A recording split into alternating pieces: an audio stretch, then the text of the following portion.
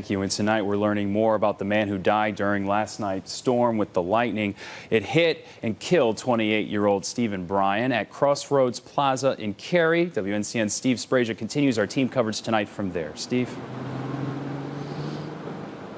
Well, Sean, Stephen had a job that allowed him to help people. His family and his friends and his co-workers all say that's what he liked to do. In fact, that's why he was in this very parking lot last evening. He was trying to help somebody out. But that all changed in an instant with a roar and a flash from above.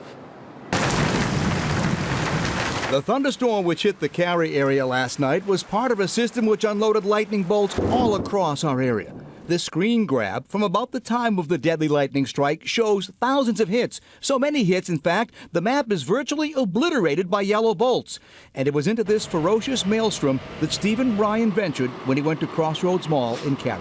I was standing at the front door and a strike of lightning like you would not believe. Okay. And I was sitting right beside his car. I was trying to pull around the parking lot and I saw him in the driveway. He was there to, protect his girlfriend, make sure she was all right, in the bad weather. And just like any man would, just protecting his family. Sam Harvey lives in the apartment next door to where Stephen lived. He says the two were best friends. Stephen was a very outstanding guy. I mean, very, very down to earth. He was always on me, like, a dad or a big brother. He was always on me. Very bright guy, never mad. Always willing to learn, It's very sad to lose him. Stephen worked for East Coast Towing, which posted this tribute to him on its Facebook page. When Steve worked out in the field for this towing company, his employees say everybody loved him, his personality, and his attitude. You would hear his name come up just regularly. People saying, he's my hero, he's helped us out, he made sure my family was safe, he looked out for us, he went the extra mile, he followed me home, just anything and everything. Stephen was also an organ donor. His family says that virtually all of his organs were harvested last night after he died. So even in death, he continues to help people.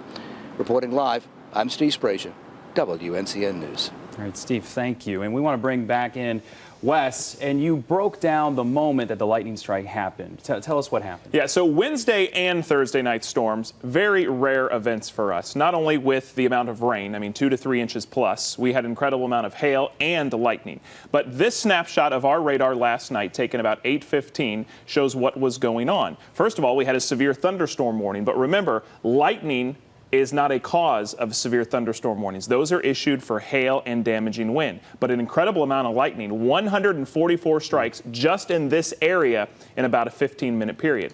But we have an exclusive arrangement for some incredible lightning data with our friends over at WeatherBug, and I want to talk about that. So that's what we're looking at now. Here in the center of your screen, you can see the Crossroads Cary Plaza, the shopping area, and Michael's is what we've highlighted. But it was 2.5 hours before that we saw our first lightning enter a 10-mile radius. So that's the strike you're seeing, again, 2.5 hours before the unfortunate fatal lightning strike. And then as we zoom in on the area, we think the lightning strike happened about 8:06. But we're zoomed in the Crossroads area where there were up to 4 cloud-to-ground lightning strikes in those 60 seconds from 8:06 to 8:07.